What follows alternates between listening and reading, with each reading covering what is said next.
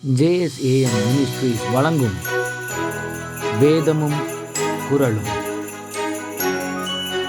இன்றைய வேதவசனம்: உன் தேவனாகிய கர்த்தர் உன்னுடைய எல்லா கிரியைகளிலும் நீ கையிட்டு செய்யும் எல்லா காரியங்களிலும் உன்னை ஆசீர்வதிப்பார். குறள் இப்படியாய் சொல்லுகிறது: வீரெய்தி மாண்டார் வினைத்திட்பம் வேந்தன் கண் ஊரெய்தி உள்ளப்படும்.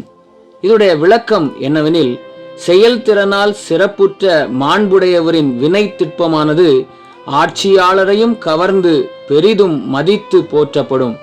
வேதவசனம் இப்படியாய் சொல்லுகிறது: தன் வேலையில் ஜாக்கிரதையாய் இருக்கிறவனை நீ கண்டால் அவன் நீசருக்கு முன்பாக நில்லாமல் ராஜாக்களுக்கு முன்பாக நிற்பான்.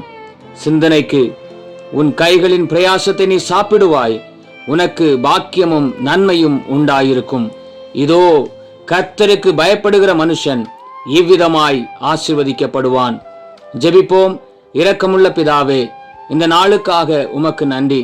நாங்கள் உம்மிடத்திலிருந்து ஞானத்தையும் அறிவையும் விவேகத்தையும் பெற்றுக்கொண்டு கையிட்டு செய்கின்ற எல்லா வேலைகளிலும் ஆசீர்வாதத்தை பெற்று சாட்சியாய் ஜீவிக்கவும், அதன் மூலமாய் உம்மாலே உயர்த்தப்பட்டு உயர்வை காணவும் கர்த்தர் கிருபை தாரும்.